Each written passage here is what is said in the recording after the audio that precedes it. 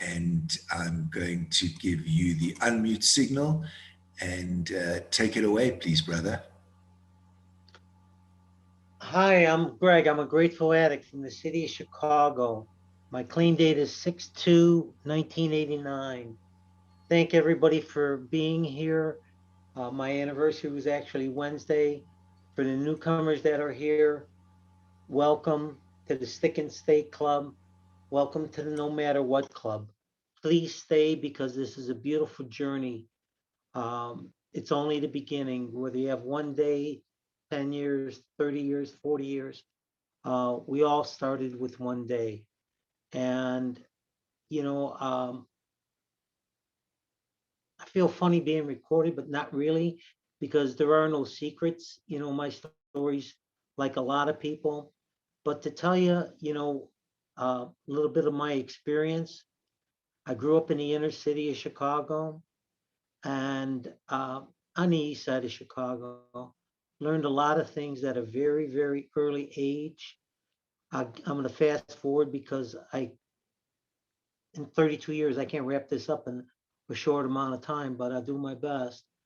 To cut a long story short, by the time I was 16 years old, I was locked up twice. I come from a household where both my parents were alcoholics. I was a young child, very, very young, running, seeking attention in all areas, started using, got exposed to everything you could possibly imagine. I don't have to go into details. We know what that's about. And I was always looking for affection. I was always looking for love. You know, Getting my parents out of that bar was a tough gig. And so I was left on my own starting at about maybe 10, 11. And like I said, in my juvenile years, I got locked up. Then by the time all the things that I said I wouldn't do, I ended up doing. And by the time I was 18, 19, I was caught in the judicial system, looking at a judge, having people turn states on me, many, many cases. The things that I did back then, if I did them now, I'd go away for 50 or 100 years. Thank God I didn't. I believe in God quite a bit. God is a very good foundation of my recovery. And my disease, I'm grateful, so grateful to Narcotics Anonymous, because even though, like I told you, this disease manifests itself in where we can be chameleons. And if I jump around a little bit, but from 18 to let's say 32 or 19 to 32, I stopped doing what I was doing and doing hard drugs and putting needles in my arms and getting arrested and doing all kind of crazy things. However, my disease didn't stop. I just put on a mask, and my mask, I went to work and I worked for places, and I got caught up in when I was young in the hippie stage, the greaser stage, the long hair stage, the disco stage, always, just so many different things. But, I had that mask on and I was always hurting. And I, all my life, I'd used not, I wouldn't use something, I'd abuse something. I'd take a substance and I'd use it and abuse it till I didn't like it anymore. Then I'd switch and go on to the next substance and the next substance. And I'm talking about all the way from when I was a kid, and I'm going to take some people back here to sniffing glue, to sniffing carbona, to drinking, to doing barbiturates, to shooting dope, and on and on and on and on. That's what our disease. And I lied a lot. I did everything that we all do in these rooms. It doesn't make a difference. There's so many similarities instead of differences. And you know, by the time I was 32 years old and I actually got here, is I believe that I got here through divine intervention. And the reason I say that is all my life prior to coming to Narcotics Anonymous, I did a lot of foxhole prayers. Get me out of this situation. Let me find this perfect relationship. Let me find this perfect job. Getting locked up and praying for a bologna sandwich. All that stupidity. And when I finally got here, And here's how my story started, because you know what? As addicts, we can put on many, many masks. Now, I've been in the same industry for work for many, many decades. But when I got here, I was actually working for a health club.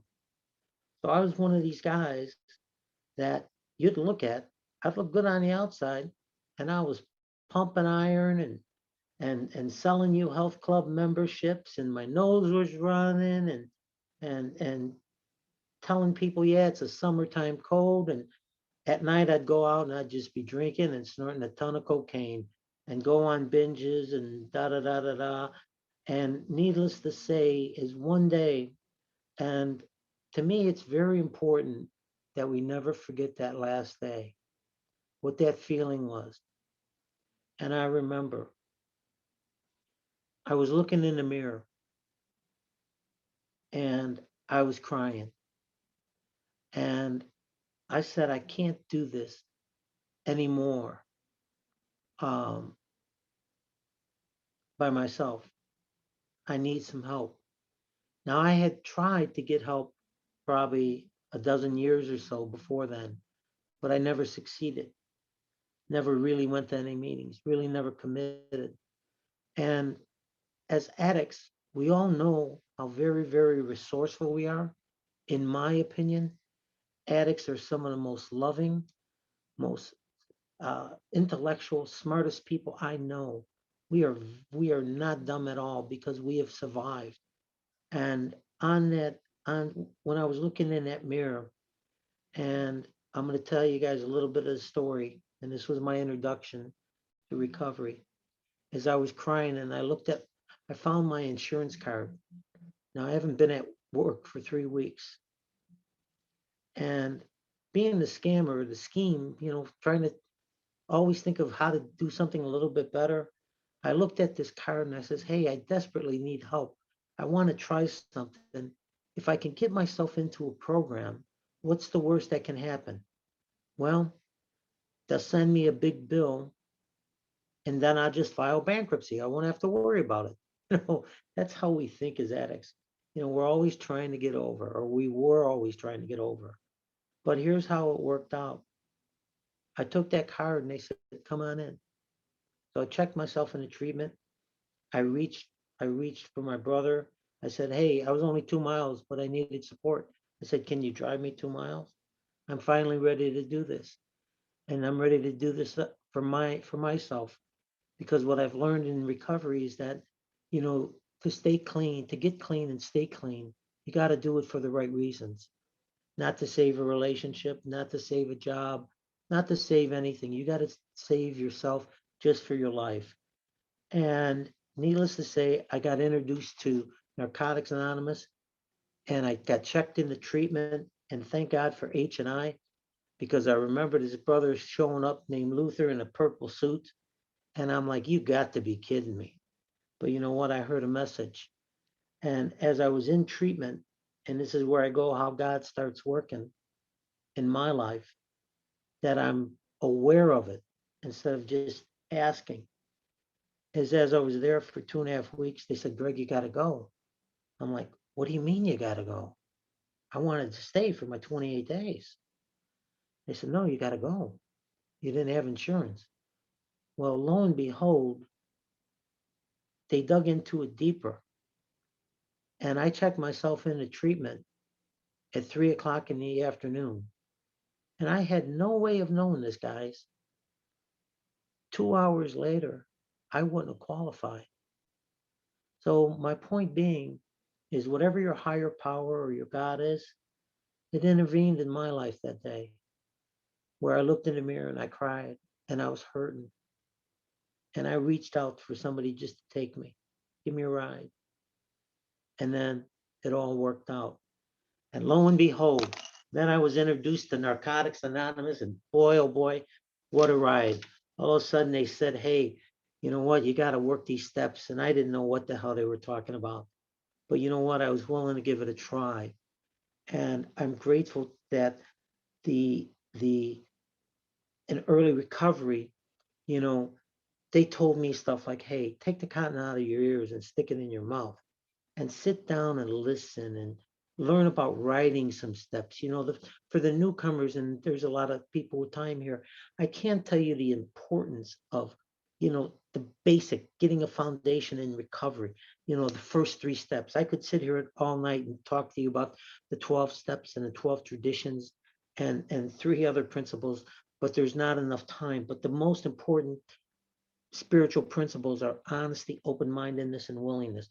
Honesty with oneself, open-mindedness to others and situations, and willingness to change. See, because I was never willing to change.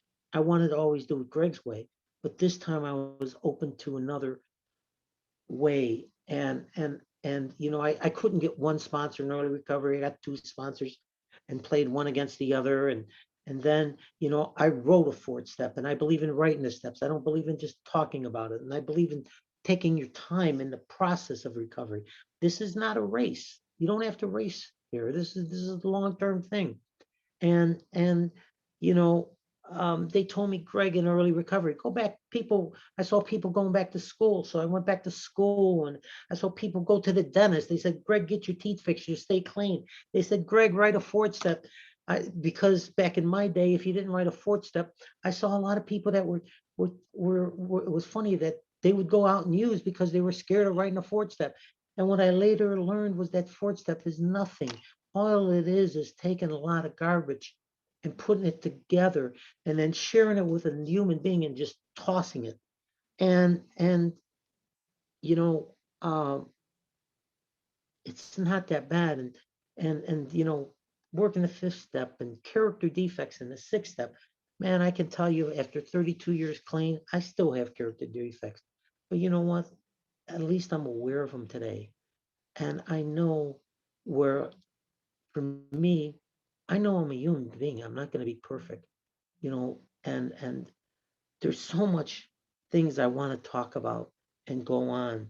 But you know what? I can tell you the first 5 years of recovery are so important. First 90 days are important. First year is important. Every day is important. But if you get that foundation, that first 5 years, what they told me when I had 9 months clean is after I got 5 years, my head had come out of my ass. I never knew what they were talking about. I was at a convention, the first Puerto Rican convention in Puerto Rico back in the day. And we were all sitting out there, and it was like four guys from New York, and they educated me. But you know what? I know that when I was getting clean and as I was, in this process of recovery, that I had a lot of reservations. I said, hey, when the feds come after me, I'm going to, you know, go back. I didn't. When I get that job, I'm going to go back. I didn't. When I get the girlfriend, I'm going to go back, but I didn't. Because again, I just kept showing up, and that's the important. In recovery, they say meeting makers make it, and it holds true today. I can tell you from experience that once you get 1 year to 2 years, and then 5 years, and then 10 years, and 15 years, and so on and so on, the recovery is still the same. Our thought process is different. Our feelings are different, but the basics are the same. That's what I meant to say. The basics never change in Narcotics Anonymous. I accept the fact that I'll always be an addict to the day I die. I accept the fact that I have tools. And again, I'm talking about me. It's like, I believe that there's nothing that you can go through in life clean that you can't talk to another human being, because we all, forgive my language here, but we shit the same, we bleed the same, we cry the same, we have the same emotions. We might look different, we might feel different this day, we might feel different that day. But you know what? There's more similarities than differences, and I just know that from experience. And I know, like, for me, um, it was very important to me that, I've been with the same woman now for 25 years, maybe 26, I don't even know. And you know what? Back in the day, that wasn't my MO. I was never monogamous to a woman. I've been in a monogamous relationship all this time. Does it get challenging? Yeah. But you know what? I hate to bring out outside issues, but it's like, it's about compromise. It's about learning yourself and you know, relationships are hard, but you know what? They're a beautiful thing. But don't get me wrong, there was in my early recovery, I got caught in a couple toxic relationships and it almost caused me to go back out and use. And I didn't. And I've been through some shit and stayed clean. I've been through Hep C treatment, health issues, death of loved ones. Nobody's left in my family anymore, all my aunts, my uncles. And I say that to to those, a lot of times people in recovery, uh, and again, this is just my opinion, they want to go back and blame people for their situations and stuff like that. I have a realization that the people in my life did the best that they could with the tools that they knew. That's acceptance. We get, the longer we're in this process of recovery, the more acceptance we have. And acceptance of ourselves, acceptance of others, and learning to love ourselves. It's like, in Narcotics Anonymous, we talk about we'll learn to love you till you can learn to love yourself. But I can tell you, like, I'm an old dog, and if we were on video, I'd sit here and I got my second edition basic text. I got the little blue book that's the third edition, and I still got my 1 year medallion. I was talking to Lavelle and Dave, and after 31 years, 32 years clean, it still glows. I recently just found my white book, which is like 30 years old, 32 years old. I got this when I first got clean, and it's like turning yellow, but I love it. And you know, this process, this disease is very, very dangerous. It has one motive. It wants to kill you. But in Narcotics Anonymous, you learn tools to combat the disease. I'm very much aware that the disease of addiction can affect all areas of one's life. Shopping, I'm great at. Sex, food, work, service, you name it. The disease of addiction will come to you at your weakest point and try to get you, because that's how it works. But I'm not going to do that. I've put in a lot of time in this program. And, in my early recovery, people told me to write stuff down. And back in the day, and people still do it today, when you take a basic text and you highlight portions of that basic text, or when you look in the basic text and you don't understand a word, look up that definition. And I'm going to kind of wind it down here because I actually shared part of this on my anniversary, which was Wednesday. But I wrote down several words. And you know what? I'm not too old to learn. I'm very blessed to still remain teachable. And I wrote down four words that mean something to me. And the first word I wrote down was gratitude. And I looked up the definition of gratitude. And what the definition of gratitude is, it's the quality of being thankful, readiness to show appreciation for the return kindness. I can't begin to say how much gratitude I have for the fellowship of NA, because I'm aware of who and what I was when I got here. I'm aware that I wasn't the most easiest person to deal with. I'm aware that, hey, you know what? I had some shortcomings, but yet people just cared and embraced me. And to this day, I still have a lot of people in my life with several decades of recovery, which I'll get to a little bit later. But you know what? I'm appreciative because today, here I am with this time. But you know what? This time is okay, but it ain't about me. It's about the person that was on here with 90 days, with 1 day, with 2 days. because I want to give back what's been given to me so freely. This shit is free. You can't pay a therapist enough money to get what you get here. But the second word that I looked up moving along here, and again, people have said so many cliches. I love cliches. They said, hey, Greg, don't leave 5 minutes before the miracle happens. If I was in a shitty mood, go read More Will Be Revealed. But one time, an addict said to me, hey, Greg, you know what? Humility is like bread and water to the addict. We can't survive without it. And the reason I wrote down humility is that I know because we all have egos. Doesn't make a difference, male, female, whoever you are, our egos will, a lot of people say exit God or whatever, but our self pride and self centeredness will really can do some damage. And I looked up the definition of humility, a modest of low view of one's own important humbleness. Here's the shot, guys. I'm not that important. I can tell you that I've been successful in many, many areas of my life. I've been successful staying clean. I've been successful in relationship. I've been successful in business. But you know what? That's just stuff. Stuff comes and goes and things come and go. Recovery is different, and I have to always remain humble. I can never forget about my roots, never forget where I came from, and the pain and humility is very, very important. Third thing I wrote down was friends. Man, oh man, I got one friend that I grew up with, and we've been friends for like 55 years. That's the only person.